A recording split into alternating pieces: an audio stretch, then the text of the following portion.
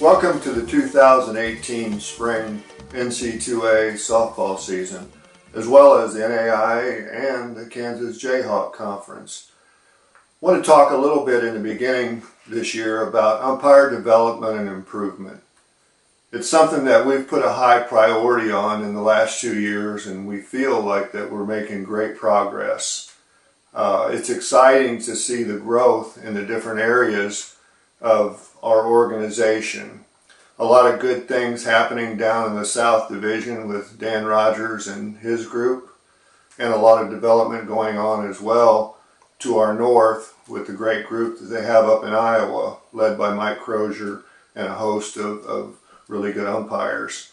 We also have a lot of growth going on here right in the middle Kansas City area and the surrounding Missouri and Kansas side of that development. A lot of this has taken place from our Kansas City camp that has been developed for umpire improvement. We're really fortunate and excited that this camp has become one of the premier camps in the United States and draws umpires from this year. Almost 8 states attended. So we're really excited about that. And there's a lot of other things going on just besides the Kansas City camp. A lot of tournament play has taken place down in the South because of the good spring weather down there, which gives our umpires a lot of opportunities to develop. A very good clinic that took place this year up in Iowa, and I heard a lot of good things about what's going on up there. So I think this umpire improvement is important and something that's developing our organization. We currently have in excess of 150 umpires involved in our college programs between the MIAA Conference, the Heart of America Conference, and the Kansas Jayhawk Conference. This umpiring includes about 55 colleges, including some independent colleges and colleges that are scheduled, such as the Great Lakes in cooperation with Art Hill, who's the supervisor of that conference. But we have several of the teams in that conference to our southern region and also in this area, such as Rockhurst and William Jewell, and I think a couple down Missouri School Science and Drury and Springfield. These are all schools that are scheduled through Central States. So anyway, we think and we're very proud that the improvements taking place with our umpires, and the people that it's really important to are the coaches and the administrators of these conferences. And I hear good things from them. And I think it was the theme of the meeting that we had this year with the administration of the MIAA and also the Heart of America Conference, of the things that are happening with our umpire organization, the good things that are happening with improvement of umpires. So we need to keep up the work. We need to continue to grow. We need to continue to develop umpires. And as we do that, we all become better and our organization becomes better. So let's keep up the improvement, and it has to happen on a daily basis and all come to a cumulative factor right as the season starts through the spring season, February, March, April, and May. So look forward to it. Keep it up, the good work.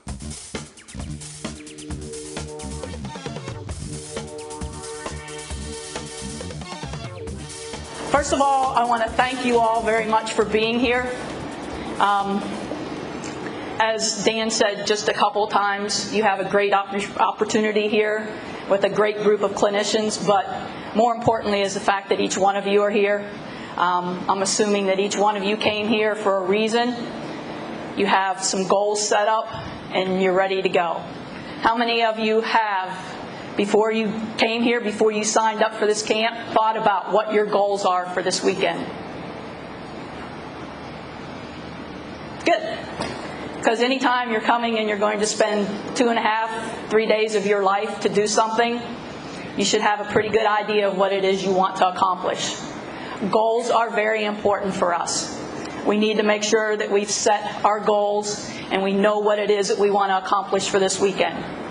Some of you may be here because you want to be seen by a certain coordinator. Maybe you want to move up the ranks. You're climbing the ladder and you want to go from D3 to D2. Or maybe you're interested in seeing whether you're able to go from D2 to D1. Whatever the case may be, you need to have those goals in mind. And make sure that not just you know about that goal, but make sure that your evaluators know about that goal.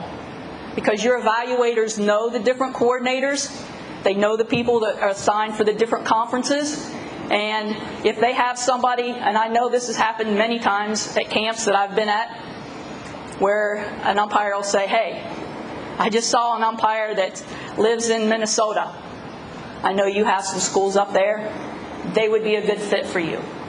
So if you have goals, make sure that people know your goals. Make sure your assigners know those goals. And not just from an assigning standpoint. It's not enough to come to a camp like this and just say, oh, I want to get better. All right, you all have been around umpiring long enough to know that, every game that we work, we should be getting better, right? We should be learning and improving every time we step on the field. But when you come to a camp like this, you need to have some specific goals. And based on the fact that almost every single one of you held your hand up, I'm assuming that you've thought about that.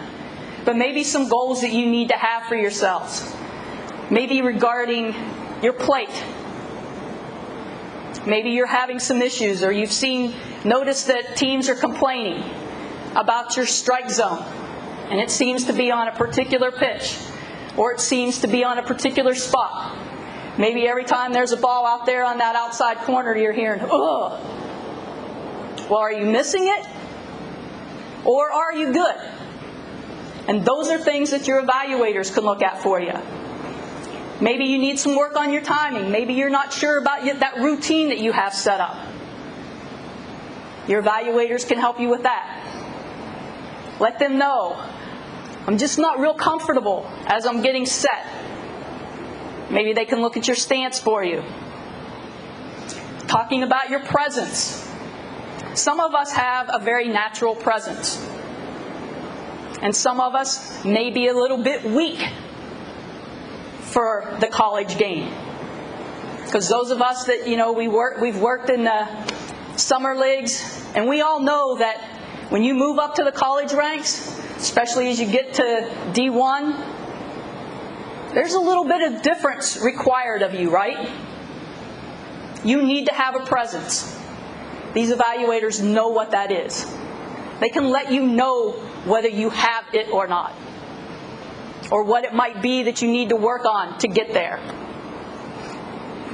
One of the big things that our new national staff is requesting of us and asking us to do more of on the field is communicating. And not just from a nonverbal standpoint, but from a verbal standpoint. And that means that when we're out there on the field, we should not be afraid of talking to our crew, especially as a home plate umpire. Because that home plate umpire is what? They're the quarterback of that team. So they need to be ready to communicate. They're the ones that can see everything that's going on out there. And so if there's a breakdown, you need to be ready to communicate to your partners what you're seeing so that we can respond and react accordingly. So don't be afraid to do that. I know in the past I've heard a lot of umpires say, oh, I don't like to talk out there. Why not? I can tell you that coaches like to hear that. They like to know that we're working together. It gives them a sense of confidence in that crew. When they know you're working as one, they feel much, much better about the possibility that they're going to have a good game called for them. What about when you're on the bases? Some of the things you might be looking at. Are you getting to the proper distance every time? Particularly when you've got a runner on base. And so you're at tag depth. And all of a sudden we have a ball hit on the ground, and now we have a what? A force play. Are you increasing your distance every time? A lot of people have issues doing that. You get focused in on what you're supposed to be doing and you forget about moving back a little bit. Well, I can tell you that probably 99% of the calls that we miss at first base on bang-bangers are because we started off in the tag, at the tag depth, there's a bang-bang call, and that umpire failed to get the proper distance. So what happens? Play blows up on you. You don't see all the elements that you need to see. So we need to make sure we're getting to the proper distance. Making sure you're getting the proper angle. I was just at a game this past weekend, saw an umpire that I've seen working for the last 10 years. Noticed after about 5 plays, every time there's a forced play at first base, they're going to the same spot. Regardless of whether the ball is hit to the third baseman, the second baseman, a bunt in front of the plate. What does that tell me? They're not trying to get a 90-degree angle on every play. They're just going to a spot. Well, guess what? They're going to have the same problem getting all the elements of the play that they need in order to be able to see it. So, if you're having problems getting to the right angle, let your evaluators know that. Another big thing that we see on the bases, especially when you start working 3-person. How many people here have what they would consider to be a good deal of experience working 3-person? Okay. So a lot of people don't have that experience. So one of the things that you might be going to have an issue with is reading your partners. Because you're just not used to having to do that. And even if you have been doing it, working 3-person a lot, reading partners is something that requires focus. It's that pre-pitch preparation. And you don't just read them one time, because guess what? They might change their mind. So you have to read them that second time. So that's another thing your evaluators can help you out with. Are you reading your partners? Are you reading them well? So give your evaluators specific things for them to look at.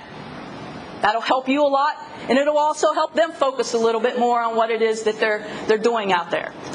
Enough about your goals. Now we'll move on to improving. How do you improve as an umpire? Well, just being here is the first step. And again, I thank you all for being here. Because we're only as good on a national staff as what we are with each individual umpire. So the more of you that come to these camps and try to learn how to do umpiring the right way, the better off we are as a national staff.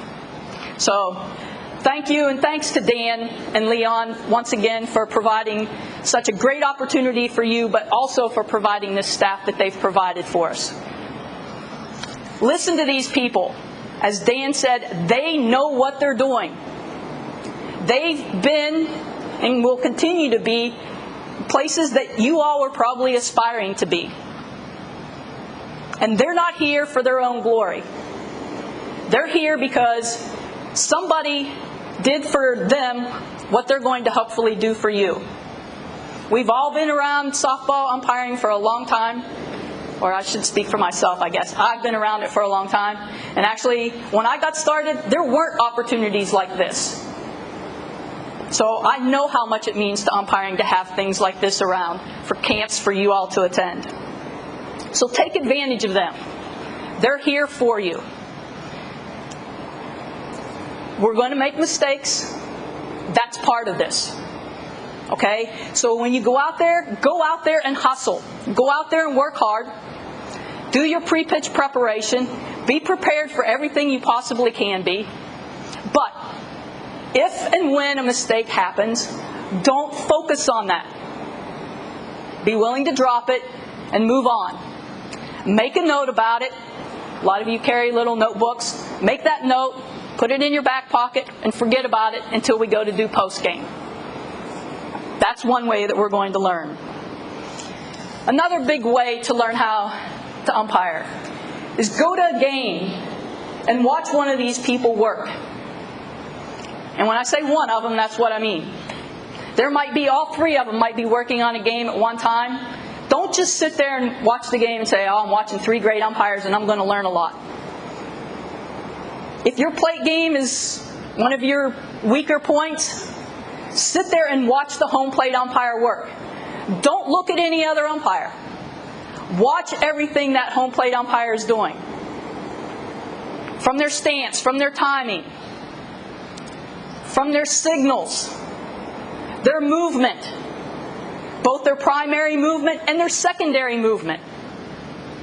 Because that's one thing that we have issues with. A lot of people can get to that first spot, but then what happens when things break down? Or what happens when the play goes to second degree?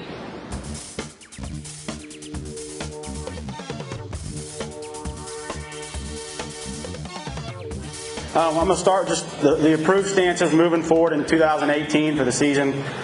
Some changes to our mechanics. We can. You guys good? Jerry Davis, the box, the heel toe, and the modified Jerry Davis. These are all approved stances moving forward. In the past, our head level was a real important thing when we were working the play. Moving forward, our head level isn't as important anymore. We want to be in an area that we can see the whole strike zone. Used to, we never got above or below the catcher's mask. Now we want to make sure we're in an area that we can see. If we were working heel toe, it was real important that we were in a heel toe position. Or if we were working the box, that we're square. But now we want to be in an area that we can see everything. So whether your feet are heel toe or they're square, whatever's comfortable for you is where you want to be. So as far as those positions, feet position, like I said, they can be heel toe box, your head, we talked about that. Be comfortable, okay? If you're spending your whole game back there, you get back there, you're fighting yourself in your stance, now we're missing what we're supposed to do, and that's call an accurate zone. But if we're in a comfortable spot and we're not worrying about our stance, we got our routine, we get in every time, now we can focus on what we're supposed to. So right now at these camps, fall games, summer games, work on getting in a stance that's comfortable for you. You've been given the freedom to kind of operate back there how you want so that you can see the zone. Okay? Strike zone. The most controversial thing in our game as an umpire. It's going to be that way as long as softball exists. Every time we rule on a pitch and we rule on 250 of them a game, we're making half of you mad, half of you happy. Several years ago, when you would watch a game on TV here and there, you would see pitches that were called 6 inches off the plate. And it was okay, that was the norm. And then everybody started filming, we started having webcasts, coaches film, TV. So as a group, we collectively brought it back in. Okay? And then now I think we might have overdone it and we're missing strikes. As a plate umpire, our goal is we want to call strikes. We want strikes. We want outs. Okay? But we also want to be accurate and consistent when we're talking about a strike zone. If we're accurate, we're going to be consistent. If we're calling an accurate zone, we're going to stay consistent the whole game. But once we start, we can be consistently bad. We can consistently suck for 2 hours. Okay? So we want to work at that accurate zone, but being aggressive. And when we talk about the strike zone, and at the Institute, Craig, our new national director, he talked about the strike zone, and he's making a push for us to be more aggressive. And I think it kind of goes back to that thing where we've started losing strikes as a group, okay? So when we talk about the top of the zone, our rule book says the top of the ball at the bottom of the sternum. And I think as a group, we're missing this pitch. We ball this too much. And we talk about the sternum when they're in their natural batting stance with the top of the ball. That pitch by our rule is a strike right here, okay? Do you see it when you guys watch on TV? Do we see it called very often? No, okay? Or when we're talking about the knees, okay, and we talk about the bottom of the ball at the top of the knees. Okay, both knees plural. Do you see that pitch called very often? Okay, not as much as it probably should be, and I'm just as guilty. But that's a big thing that Craig emphasized at the Institute is that we're going to be more aggressive with these pitches. We're going to start making an effort to get strikes. That's the rule book, okay? And it's going to take some change. So this weekend when you guys are working, work that strike zone, be aggressive on those pitches because we've got to get in the mindset. And that's something I've worked on in the fall this year is because I'm so used to not calling them. And now I've got to get into a mindset that, hey, we're calling those. And it's some of the new mechanics for 2018, okay, as far as not just your stance, but I know that some of you are at the Institute or you might have heard them. Okay, the first one is the infield fly signal when we're working the plate as a plate umpire. In the past, when we declared it was an infield fly, okay, we would point, our infield fly signal would be right here, a fist, okay. We are going back to a point. Okay, if you guys, and we want to see that stuff this weekend because that's moving forward. So if we have an infield fly, we're pointing and we're verbalizing infield fly if fair. Okay, if the ball's caught, then we're going right into our out signal. If the ball's dropped and it's touched in fair territory and we have a fair ball, we're being loud. Batter's out, infield fly, batter's out. Okay? Because the ball's dropped, it's touched, it's a fair ball. We've got to let people know that we've got an infield fly and we've got an out. So that's one of the mechanic changes as far as a plate umpire. Another one that's a little bit different, used to on timing signals, and this is the stuff we want to see this weekend, is anytime we had 2 outs, we got into a rhythm of right here. Okay? And they're changing that up a little bit as well. Okay? If we've got the timing play, and why we do that is so we know that we could have a third out on the bases, but we got to make sure we know if that run scores prior to that third out. Okay? So anytime we have a runner on first or second or multiple bases, so if we have a single run on first, single on second, or both bases, then we're going to be using a timing signal. Okay? So plate umpire is going to signal it right here, right where you wear your watch, and your base umpires are going to relay that message to you. Any other scenario with 2 outs, we're going away from that. Okay, the plate umpire is now going to signal to their partners the amount of outs at their side with their palms facing the infield. Okay, so I'm going to set this down real quick. If we've got 2 outs and a single runner on third or nobody on, we're just right here. Okay, right here at our hips, showing them. Okay, with 2 hands. And then they're going to respond with just 1 out to the side. Okay, so that's a new mechanic. That's something new. And I've worked some fall games this fall, and you get into such a rhythm of doing things for the last several years that when you get back there, you have to think about it. There's 2 outs, and used to it's just automatic. We're going here, but now it's something that we have to think about until we get back in that rhythm. Okay, and the last one that is probably a big change is when we used to have plays at the plate, and we didn't have a tag, or we had a girl missing a plate, or missing the bag, we used to come up and signal safe. We are no longer doing that. Okay, us doing nothing is signaling that we have no tag, that we've observed it, but we have nothing. So we're taking that extra step out. Okay, now that's not saying if we have a bang bang play at the plate, we're not coming up and selling safe, but just she runs by, clearly misses the plate, we used to give a safe, or in that situation, so now we're not going to do that until we have something to rule on. So, let's see if I was. And the last thing I'm going to end with is, and we'll kind of talk about this a little bit later, is when you're the plate umpire, you're the chief of the field. Okay, and from the time you walk out there, through everything you do, everybody's watching you. Every bit of attention, every pitch is right on you.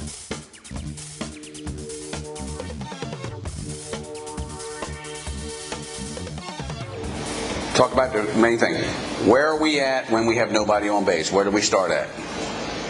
The new mechanic is greater than 18 feet. Is that correct? That's what the new one is. It used to be 18 to 22 or whatever. So now you're more than 18. Okay, we have somebody on base. Where are we at? Somebody help me, please. 10 to 12. Is this all new to you? No, I'm just asking them. So if we have nobody on base, we're greater than 18, okay? Now, I would appreciate it if you did not go 45 feet, because by rule, you can go be greater than 18, but try to be about 18 to 24, and if there's somebody on base, if that's first base, we're 10 to 12. Is that correct? Okay, let's talk about it. What do we do when we're at first base? Whether we have a runner on base or we do not have a runner on base, the first thing we do is I'm either 18 feet deep or I'm 10 to 12. I have a pre-pitch program that I go through, okay? My first thoughts are, we'll say nobody's on base. If the ball's hit to the outfield, what is my first thought? I have half the outfield, correct, on the fly ball, right? I have from the center fielder over to the right field. If it goes to the other side, I come inside, or I can actually work outside and go from there, right? Now, if we have a runner on base, we'll say a single runner at first, and we have a fly ball. All right, we have a U3 who is here. So I only have, as the first base umpire, I only have from the right fielder to the line. Am I correct? Okay. Now, when we have that scenario, and we'll say the ball goes down, hits the ground. All right? This runner is running around, okay? and I'll say that U3 goes out. Excuse me, no, U3 does not go out. All right? So U3 stays there. We'll say it hits light. I come up here and I watch the runner touch second. Am I correct? Okay. Now, as that runner goes to third, what is the plate umpire doing? Going to third. Now, I go home. Am I correct? Now, let me tell you something about it. Here's what happens with a lot of umpires. They get right here for some reason and they stop. Why do we stop here? We can't do anything here because if something happens and we need to move again, we got to go here. So when you decide to go home, go all the way to the point of plate.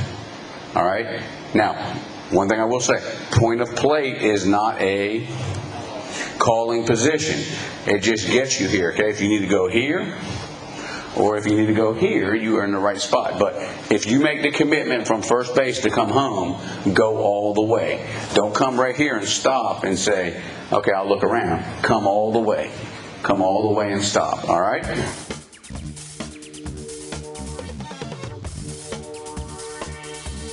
Good afternoon, everybody. I'm glad you're here. It's going to be a fun weekend. Hope everybody works hard. We're going to get right into talking about tag plays at the plate. You know, when the ball is hit, it's pretty traditional for an umpire to just go to the default position and just watch the plays. But we don't want to forget the point of the plate holding position, okay? Unless we're trailing runners or that kind of thing, if the ball's hit and you don't have anywhere to be, stay at the point of the plate, okay? And let the play develop.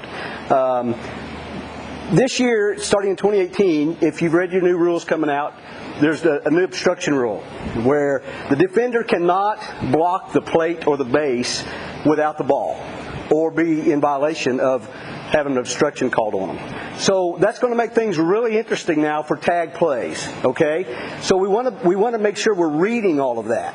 And we want to make sure that the defender is giving the base or plate either up the line, off of the plate or the base, or at least straddling and giving access to the plate or the base. Okay, so that's still a judgment and it's still a rule, but we want to talk about specific situations that could happen there with the plate. So I've got a couple of my friends here that would mind coming over and helping me. So this is third base, obviously first base, and and I'm going to play the catcher. So if Leah is going to be my umpire and Terry is going to be my runner. So specifically what we want to talk about here is if a catcher is up the line, okay, and not wanting to be called for obstruction, so hopefully they're going to be taught to get, off of that specific area so that they're not called for obstruction without the ball. Hopefully they're being taught to come up, because that's what they need to do, receive the ball, and then Terry, if you come in as my runner, we're going to have a lot of these, because in the past we've got defenders, blocking the base or the plate, waiting for the ball. So now, if they're concerned about that obstruction, they're going to be coming off of that and away.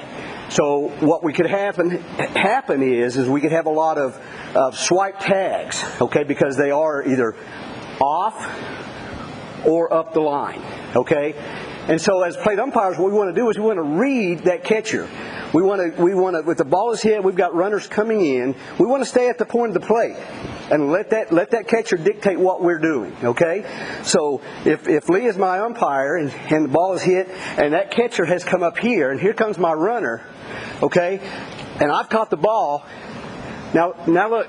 Now see what she's doing immediately? She's going to get in the position where she thinks she needs to be to see the play. Too many times, traditionally, we want to come here and then we just get into a default. And here comes my runner, and there's my catcher, and we're just here. Can we see that? Do we do here? Or can we go here, third base line extended, and see that? Now, you're going to hear a lot this year about third base line extended, but be careful to not just make that a default position, because that is opening up. We're not just going to squares and X's anymore, guys. Those are starting points. If you're used to umpiring, you're used to seeing those things, those are just starting points. Just like the point of the plate is here, but we want to let the play dictate where we go to read the play. So, point of plate, my runner coming in. Let me be catcher? I'll be catcher. You know, point of plate, Terry, come on in. It might be the calling position is here at the point of plate, okay? It might be here. So she might want to stay right there. This depends on what this catcher does. We don't want to get, I think too many times plate umpires get concrete in their feet. They just stand there and they're watching all this, and then here comes a runner, and then they're, oh yeah, boom. And they've got, you know, a runner here and a tag maybe here, and we're not in that good a position. As where that call there might be best played if it's here. Try also to not let that runner, Terry, come on in. And if you'll be there, try not to let that runner get between the catcher and you as an umpire. Leah, if you go here. So if Leah's there and I've received the ball, the catcher has, and I'm here, see where Leah's at? She sees that swipe. Maybe I'm here. Comes in. Okay? Maybe I'm here. But she's letting the catcher dictate where she goes. Now, guys, it might even be, and heaven forbid, we've hardly ever done this, but being out in fair territory actually might be now the best calling position. Have we ever done that? We've typically, and we don't really want to open it up too much, but that, depending on if the ball's passed, you might actually have to get out here and get into the fair territory position, okay? You might have to. The deal is to let the play develop and let the catcher take you where you need to be. Read her. Don't just default somewhere and everybody does it. We've always done it. The ball was hit and we're here and then there's these plays, okay? Don't do that. Let the catcher tell you where to go. Because this year, you got that obstruction rule that you've got to worry about. All right. Anything else, guys, on that? Okay. Getting the call right. This year, it is being emphasized that if you are on a crew and you saw some very pertinent information on the call, and you know that it's not in line with the calling umpire that has made the call.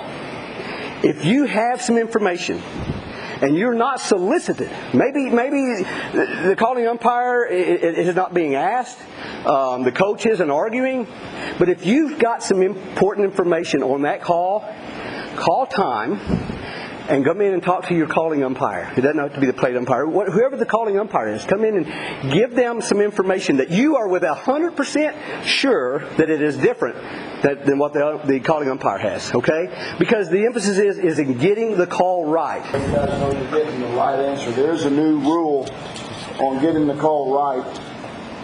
There's one rule, always it's been if it's a foul ball, we can't put air in it and bring it back to life. So if it's foul, we got to leave it dead. There's one instance that we can do that now, if it's a dead ball. So let's say you got nobody on, you got a ball over the fence. It's a home run ball. Your third base umpire chases, whether he chases it too far or he's still running and the ball goes over, whatever the case may be, and he comes up with a foul ball. Well, you as a plate umpire thinking, golly, how do you miss that? Well, now they're going to ask, hey, can we go for help? And if you do go to the plate umpire and play umpire says, oh, Larry, you missed that one. That's a home run. That's the only time we change it. I don't want you to get that confused with a normal foul ball we cannot change.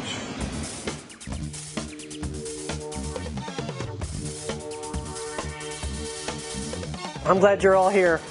A long time ago, my coach once told me, and it still applies today, that 90% of softball is played from the neck up.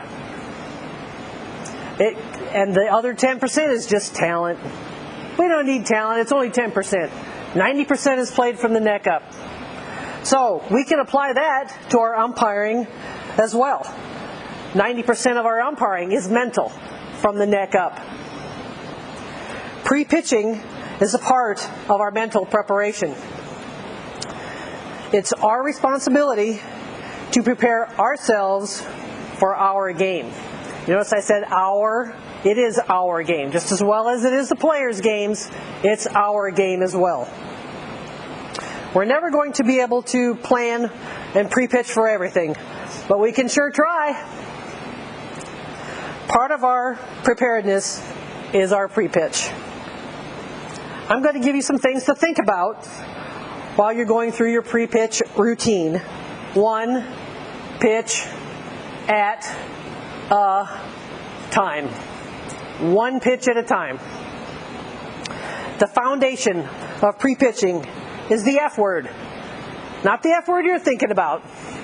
The F word that I'm thinking about is focus. Okay, focus. Pre-pitch is a meticulous set. I need to write bigger. A meticulous set of instructions to ourselves. It can be prior to, but it's mostly during the game that we're going to umpire. In softball and baseball and every other sport, batters and runners in softball and fielders have a pre-pitch routine of their own. Okay, I'm the second baseman, I got a runner at first. If that ball's hit to me, I'm going to turn a double play. That's their pre-pitch. We have a pre-pitch too. I'm going to break down pre-pitching into 4 parts. Focus, observe, prioritize, and execute. Not a real good thing, but FOPE, F-O-P-E. Focus, observe, prioritize, and execute. Our jurisdiction starts as an umpire when we walk onto the field. So we go out there and our crew chief grabs the bat list and we check our bats, and then we walk the field because we've never been there before. We determine the ground rules and we go up to home plate, and there's still 10 or 15 minutes left before the game starts. So we're going to watch the warm-ups. We're going to focus on the pitchers as base umpires, not necessarily the plate umpire.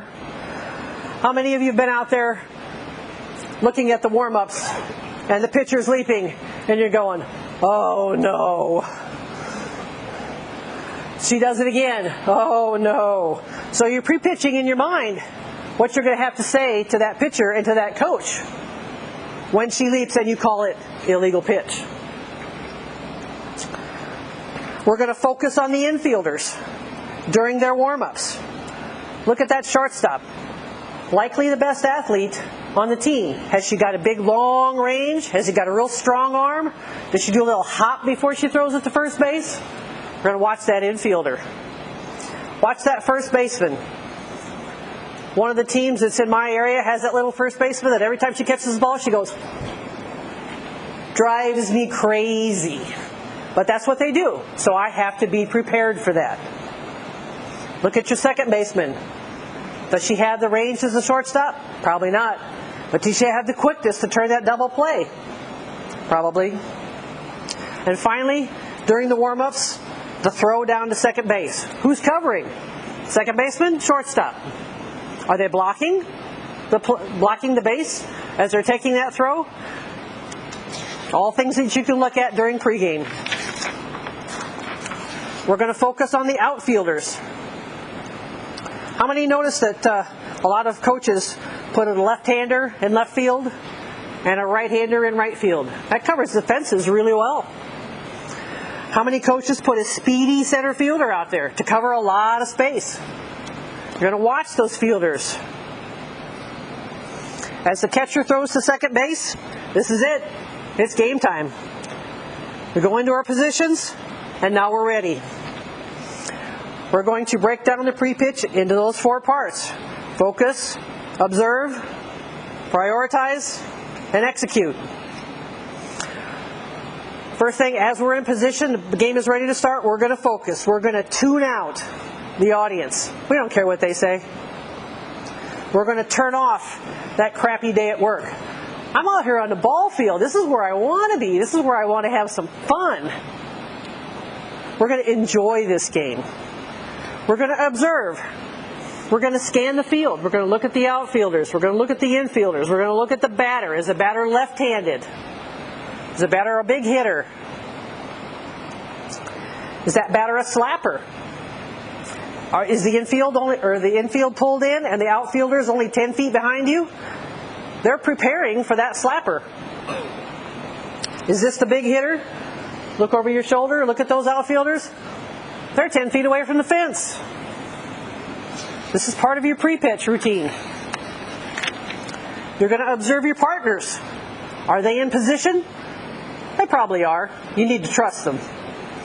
You got to know what your responsibility is, and you have to know what their responsibility is. Trust your partners. We're going to observe the runners if we have runners on base. We're going to observe the fielders in relationship to where the runner is at that time. Are we going to have a bunt and run? Are we going to have a squeeze? Know where to go and know where your signals, what your signals will be. This is all part of your pre-pitch. Next, we're going to prioritize, especially when you have runners on base. We're going to break down what's going to happen first in this situation. We're only concerned with the situation we have right now. If that runner leaves early first, that's my first priority. Then I'm going to watch the pitcher. Look for legalness. Is she leaping? Did she step back? Then I'm going to turn my head slightly towards the batter. I'm going to look for that check swing if it's my responsibility. I'm going to look for a swing and a miss, a hit by pitch. Then the ball comes back to the pitcher, into the circle. The runner comes back to the base, and I can relax, but only for a couple seconds. Now you have to move to your next position. Then we're going to execute. We're going to move into position to make the call. For example, when the runner leaves early, or there's an illegal pitch, know what your verbal is, and know what your signal is, and know what you're going to say to that coach. Continue to officiate until the play is over. Be ready to move for multiple calls and a position. If something breaks down, you may not go to one position. You may have to go to multiple positions to make calls. So now this play is over. We've moved to our next position. You got about 2 seconds to clear your head. 2 seconds, not much. You might have to clear your head on your way to your next position if you're the third base umpire. It's a long ways over there. And then you're going to start over. You're going to pre-pitch for this new situation. And you're going to do it one pitch at a time. One pitch at a time. The mental preparation is a major part of our overall success. We've broken pre-pitch down into focus, observe, prioritize, and execute. Each pitch, one pitch at a time for the entire game. And your game will improve, I can guarantee it. Any questions? Thanks.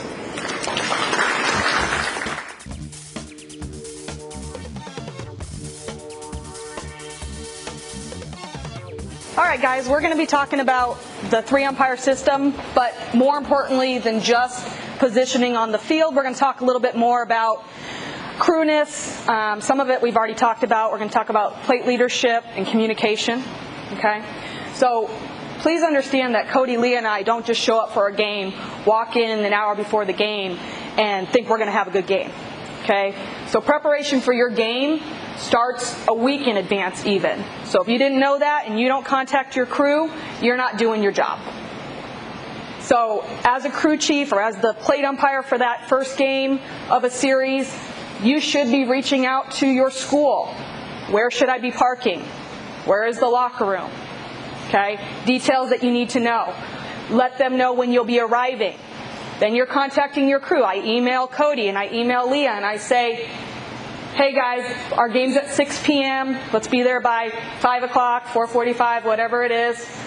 Let's make sure we have the right uniforms depending on where we're working. Okay? What you do to prepare prior to showing up to the field is equally as important as just walking there into the locker room and think that you're going to pregame and be ready to go.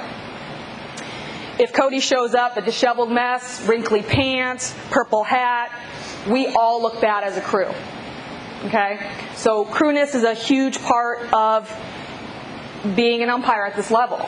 Okay? We can't just show up to the field and think we're going to have a good game. So Timeliness, be on time. If you tell the crew you're going to be there at 5, you need to be there at 5. Don't be rolling at 5:30. You can't use the excuse, I didn't know the Phoenix traffic was going to be bad. Okay, that doesn't work. Leave in enough time to get to a game so you're not rushed. Kind of what Cathy was talking about. It's pre-pitch preparation on the field. It's pre-preparation for your game. Plan accordingly for when you need to leave, to be there on time, to be part of the crew, to be part of the pregame. Come ready to be involved in the pregame. Okay, you don't just sit there and listen to Cody talk the whole time about the new rules and the mechanics. Be ready to ask questions, to be part of the pregame.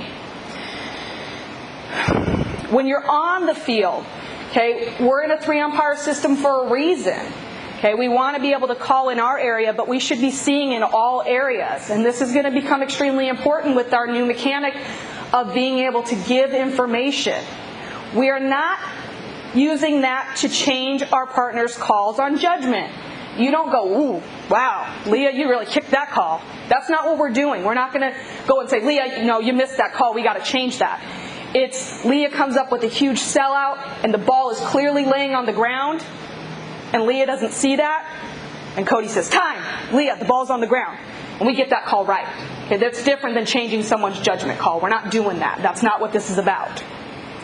Okay, so good crewness comes from prior to arriving to the field, getting to the locker room, walking the field, okay, showing up and knowing the ground rules prior to going out on the field. You do not go to a pregame and say, hey, coach, take us around your field. What does the other coach think? Now, this person's never worked here before. They don't even know the ground rules here. If you don't know, ask. Ask before you get to the plate meeting. That way you're prepared when you get up there to say, here are the ground rules, and be confident so we look good as a crew. Okay? So I'm going to kind of take that over to Cody and let Cody talk about plate leadership specifically and what he's going to do as our plate leader. Okay, when we talk about plate leadership, we have a crew, and just because someone is designated the crew chief when we start a weekend, if we're a crew and Tracy or Leah is the designated crew chief, when it's my day on the plate, it's my job. As soon as we walk in that locker room, I'm taking control. Okay, from the time we get in there, we start getting ready. When I'm ready to pregame, when we get dressed, or even before that, hey guys, we're going to pregame at this time. So they're ready, they're dressed, we're going to pregame, they're going to listen, and then we carry that on the field. And there's times, it's natural when we're on the plate to be a little nervous when we go out there. If you're not nervous and you don't have those jitters, then you need to stop doing it, because it doesn't matter to you anymore. And as you move up the chain and higher intensity games, higher level, if you don't have that, something's wrong. Okay, I can't tell you even a midweek game that I don't go out with jitters just because I'm excited, and you should have that. So when you're walking on the field and we talk about you're the play leader, you're the captain of that team, and that's what's so awesome, and why I umpire is because you still feel like you're part of the game, but you're a team. You've got 3 other teams against you. You got 2 teams against you, and you've got 1,000 to 3,000 idiots in the stands that are against you too. So there's 3 of you. It's you guys against everybody else. And when you're walking out and you're the plate umpire, you're the captain, you're the quarterback for that day. And it starts, like I said, in the pregame. You walk on the field, you're going to do bat checks. Those coaches immediately are looking at you, okay? And yeah, as the plate umpire, you're leading the bat checks. You're marking it down. You're going through the bat list. And some things are going to change on that, but when we're doing bat checks, you see coaches all the time that are going to walk over there and start talking to you. They're coaching already. They're trying to find out if you're nervous. They can sense that right away. And that kind of goes back into game management, which if you can't manage a game, there's only so far you can go, okay? Because the intensity, you're in a high stress level, coaches are in a high stress level. When things go bad, you have to be able to handle it. You're going to get yelled at. You're going to have to communicate with coaches. And as a leader, if you can step up and handle that, and handle the conflict, work through it, move on with the game, then that's what we talk about when we talk about play leadership, is that you can handle those situations, but from the minute you get in the locker room, you demand their respect, you demand their attention, because from that point on, you're the chief for that day. So it's so important. It seems little. It seems like little things as checking a bat or being stern at the plate meeting. doesn't go a long ways, but coaches are watching all that. So when we're on the plate, we're the leader. We've got to take control. And as our crew, it doesn't matter if they're the crew chief for that weekend or whatever.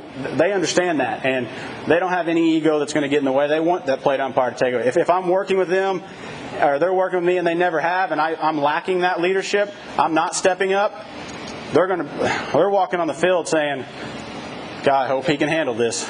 Okay? I hope we're not in for a long 2 hours. So, but if you stand up and you start from the very beginning and show that leadership, they're believing in you, the coaches are believing in you, and you're starting the game off on the right foot. So that's what I have for plate leadership. Tracy, Cody, and myself, we've worked together before. However, we're going to still make sure that we are reading what our partners are doing. Okay, so that means, and I was taught this, ball partner, ball partner, ball partner. Okay, you see the ball is up. Okay, ball's in the air. I'm going to look at my partner.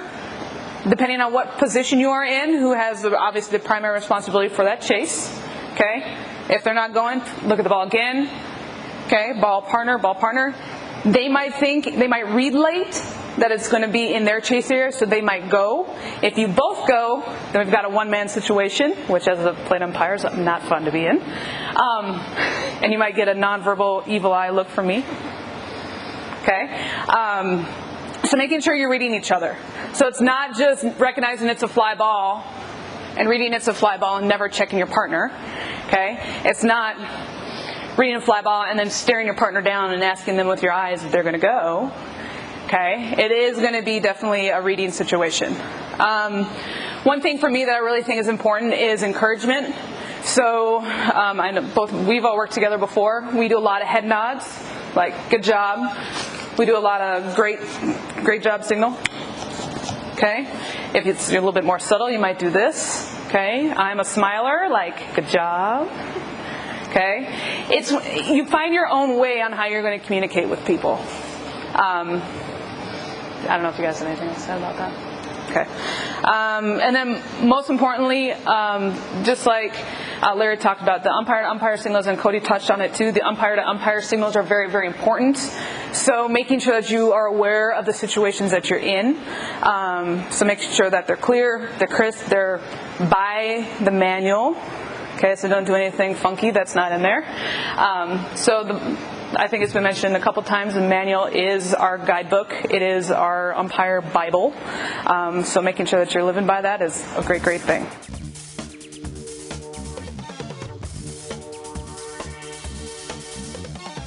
On this segment of our clinic, I would like to try to and make sure everyone understands our new mechanics that they would like to be for our 2018 spring season. And these are the mechanics that the NCAA wants us to do universally and uniformly throughout the country. So these are very important, and we're going to try to make sure that you see these as I try to demonstrate and talk a little bit about each one of these new mechanics that the umpires need to have for this year. The first one is a designated safe call is no longer going to be used on a no tag on a base, especially at home plate. For those of you that saw that on the championship games or have seen that before, it's now, there's no verbal, there's nothing, it's no signal, you're just playing on. So if there's no tag, they miss the base, no longer are we saying no tag, we don't say that. There's no verbal, no signal, and that's letting everyone know that they're playing on. So we're going to discontinue the safe call when there's no tag on a tag play at a base or a plate. The other one is the new mechanic for the infield fly rule. We used to do it with the fist. Now we're doing with the pointer finger on the apex at the top of when the ball's at the apex. We do a finger infield fly rule. Batter is out if fair, and we're loud when we do that.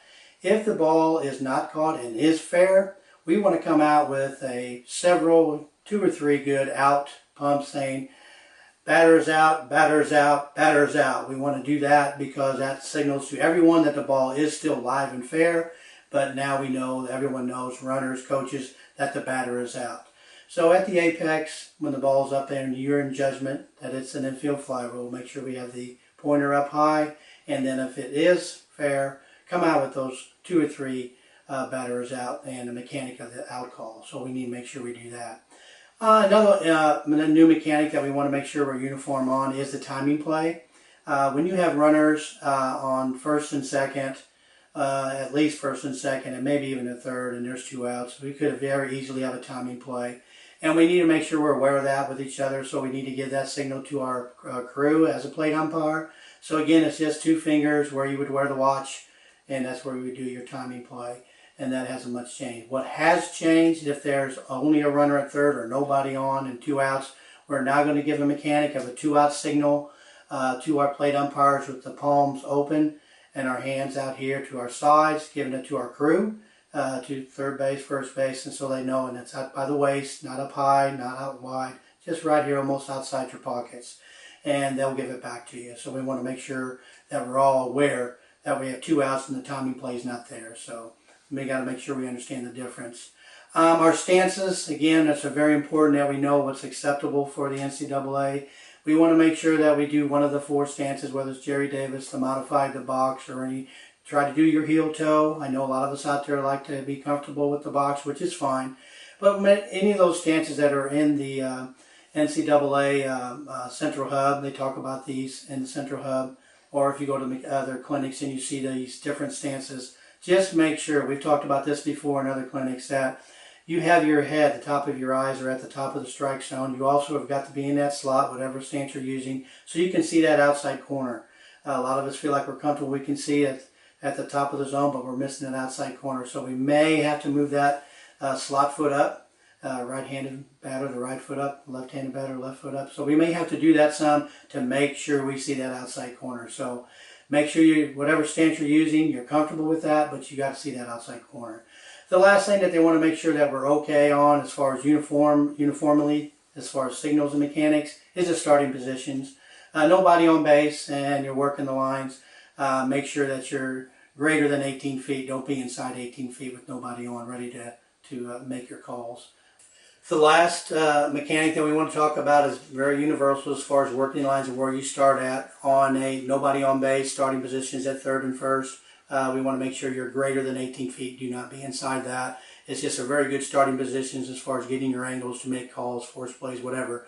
And also on our tag plays, we want to make sure we're 10 to 12 feet, probably no less than that. But the bottom line on all those, whether you're making a force out call or you're making a tag play call, the whole mantra this year for us for going into the spring of 2018 is to get the call right. So sometimes you have to be a little flexible, get in position. We're all different heights, different body types, whatever. So whatever the situation gets to, remember what our distances are, 10 and 12 for the tag, 18 greater for the force. But let's go ahead and make sure we get the call right. If you have to adjust, you have to adjust, which is a good thing to do. Those are the mechanics that are emphasized from the NCAA that we want to use this coming 2018 spring season.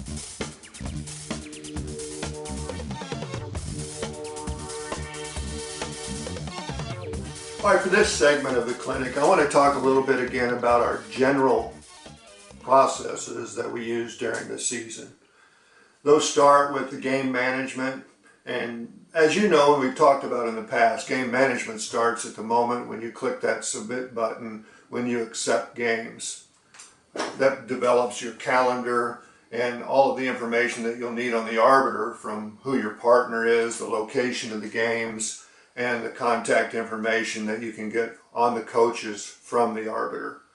One thing and to start with, I think the first steps we take with the games are the communication aspects, that with the school, the coach, and also your fellow umpires.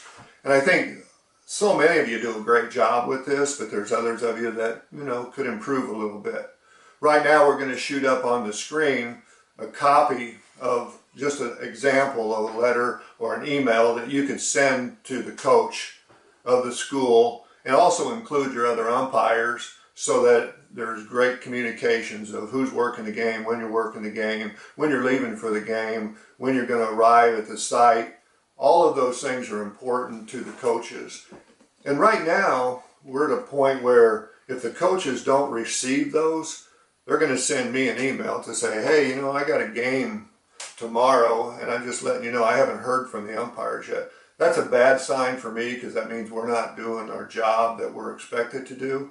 So I then have to go to the arbiter, look up the umpires, and then I usually send the coach an email that says, John Smith and Dave Jones are going to be the umpires this week, and then I copy you on it to let you know that you didn't do your job of communicating with the coaches. But I think that that's a negative thing because it shows that the coach then knows from the beginning that you didn't follow through and communicate with them. So let's try to eliminate this year any of those types of emails. Do your job, contact the coaches and give them that information. It gives them a peace of mind, and it also gives them a contact point for you that if there is a weather issue or something that goes on, that's taken care of. So first step, that's it. 2 or 3 days before the game, get that information to the coach. And I think that starts the whole process really, really good. So follow up, do your communications, and know when you're going to be on a game site and where.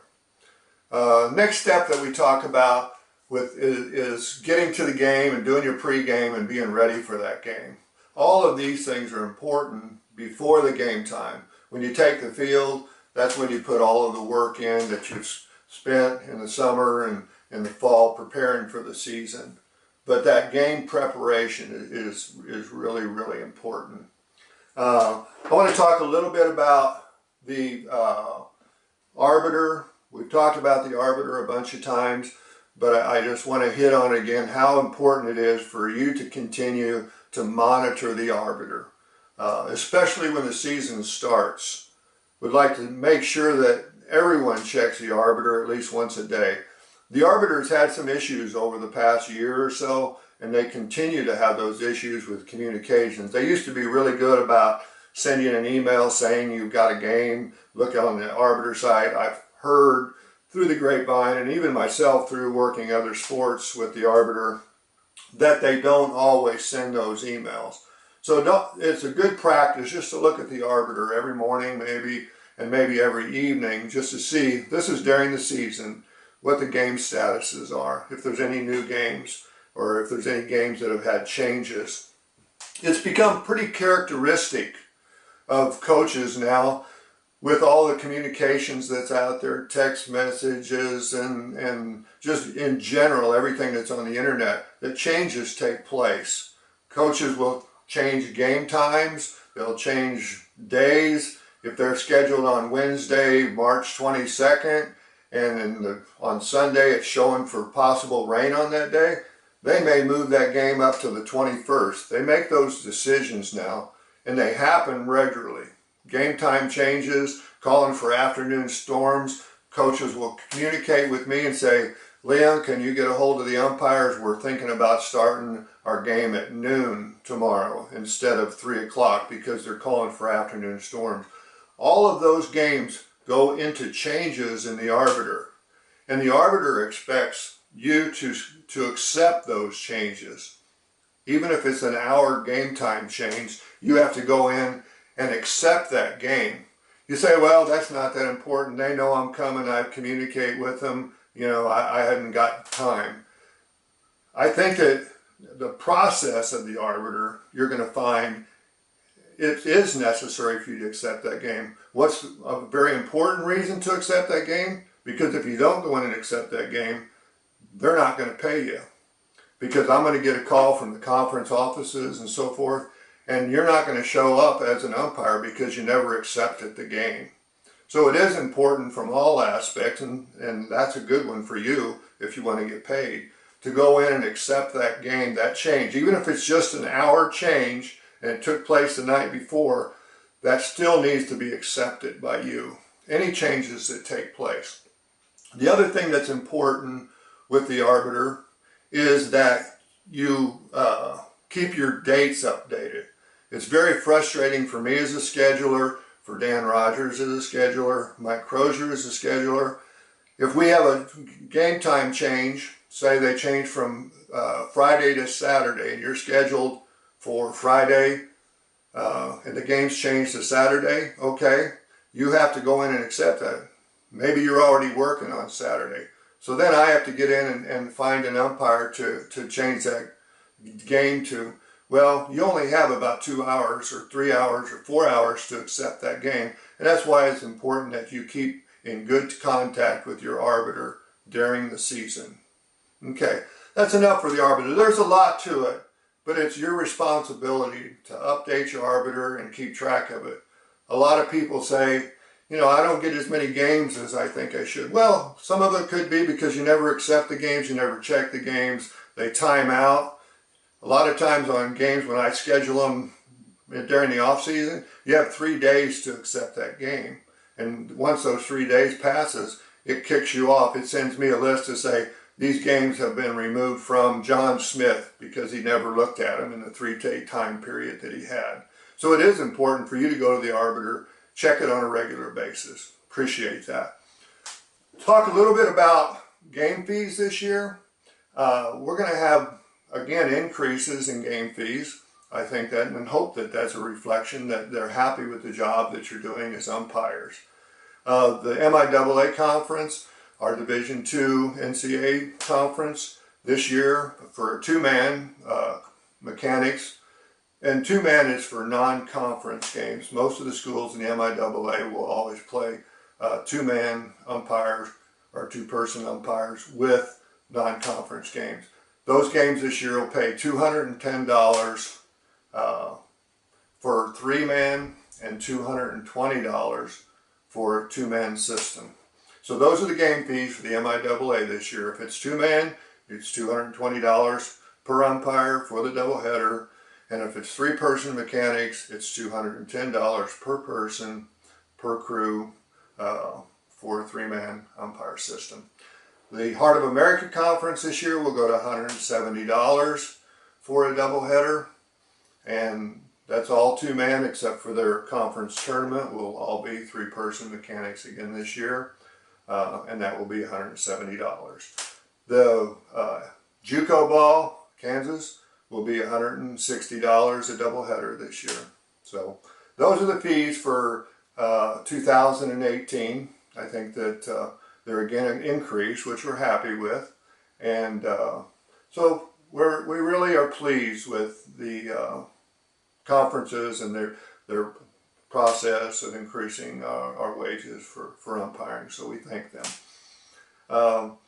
That's all I think I'm going to have this year. We've usually spend a lot of time talking about all the procedures and so forth, but again, the important ones, take care of all the business that you have as an umpire. Make sure that you contact the other umpires, that you contact the coaches and the schools, and keep good communications. So looking forward to a great season. Those are kind of our general processes for this year. Let's have a great season. Thank you.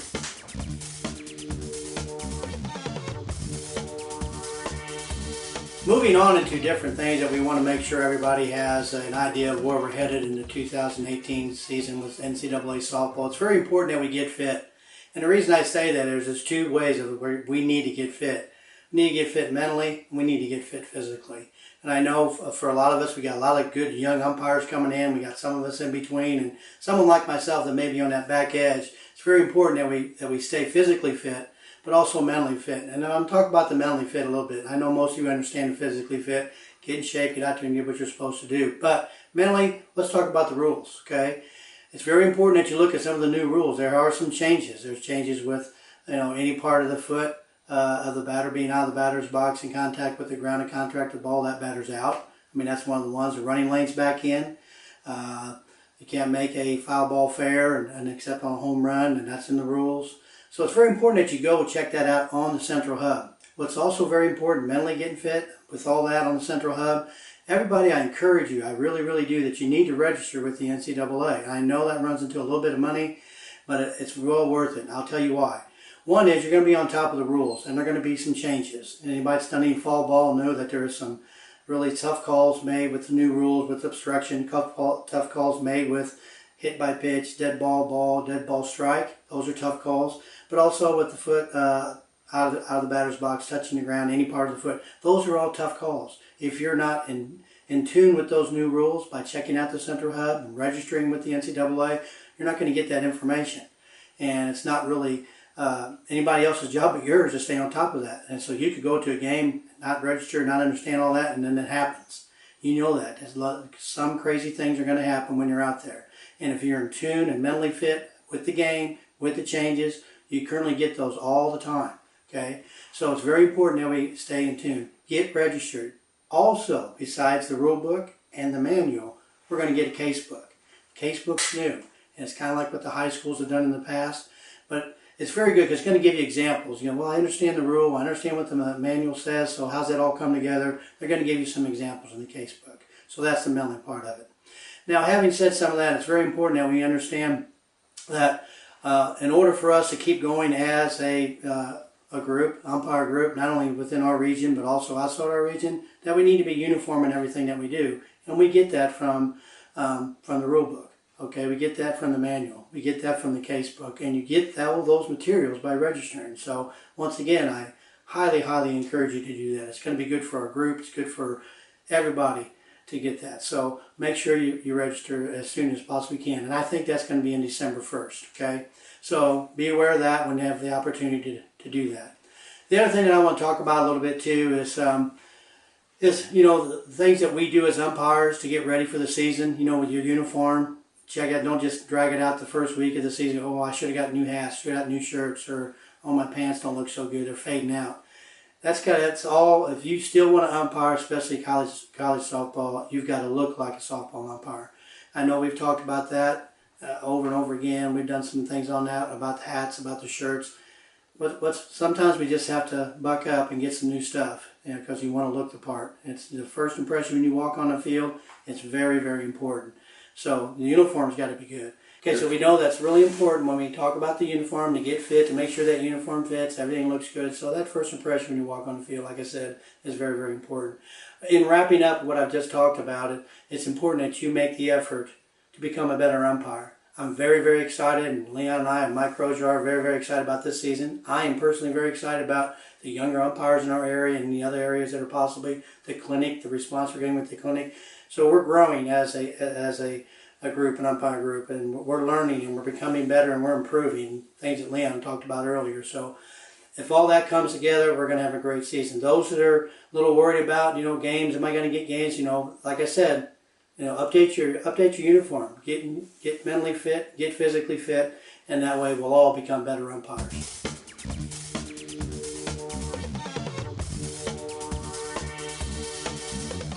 I want to talk just real briefly about umpire perception. I think the umpire world can be a negative one. I think many times, whether we're watching the World Series on television or we're watching the NCAA championships, the focus on umpiring usually is whether they're good, whether the strikes are good, whether the balls are good, and the overall, you know, overall emphasis is to find the mistakes. And I think our umpires do a great job. And that's what I wanted to talk a little bit about, the perception. Many times we only hear the gripes about a missed call, or where were you, Blue, and those types of things.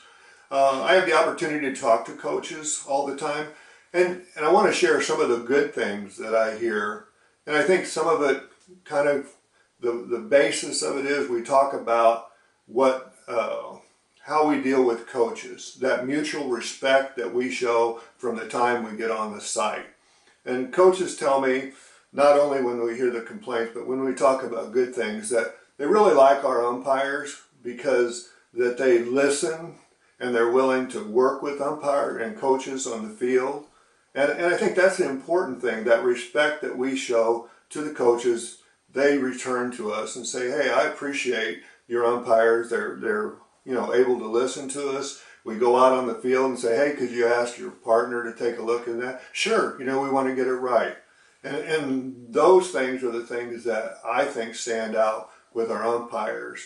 We always talk about, you know, don't become the coach's friend, don't do all the talking, don't stand down on first base and talk to the coaches, but be respectful and responsive to them from this time that we walk on the field, whether it's at pregame and going over ground rules and those types of things. Work with the coaches. And I think it really has an effect on how they feel about our umpires. Every once in a while I hear about that negative too, where, you know, coach says, hey, I went out and asked him if he'd check with his partner and he barked at me and said, you know, I saw it real clearly, I don't need help. You know, we need to eliminate that attitude. I mean, even if you are 100% sure, it still takes 20 to 30 seconds to walk out there and say, hey, you know, we're all on the same page, turn around and say, coach, you know, we got the out call. And it's over. rather than having a bad feeling about, well, that umpire doesn't want to, he thinks he's better, he thinks he's smart. Do what we do with the mutual respect, work through the game with the umpire and the other coaches, and it's all going to turn out great. I mean, we have a great reputation, and we also do a good job. We were very proud last year. I don't like to talk about it too much because, you never know what's going to happen this year. We had a total of 1 ejection in the MIAA conference last year. 1 ejection of a coach.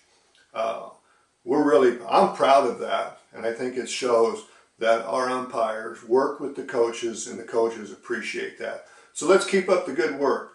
Let's be umpires that are proactive and work with the coaches throughout the game. It's about the players and it's about the coaches. We do our part and do a good job. Let's do it again this year in 2018. Have a good one.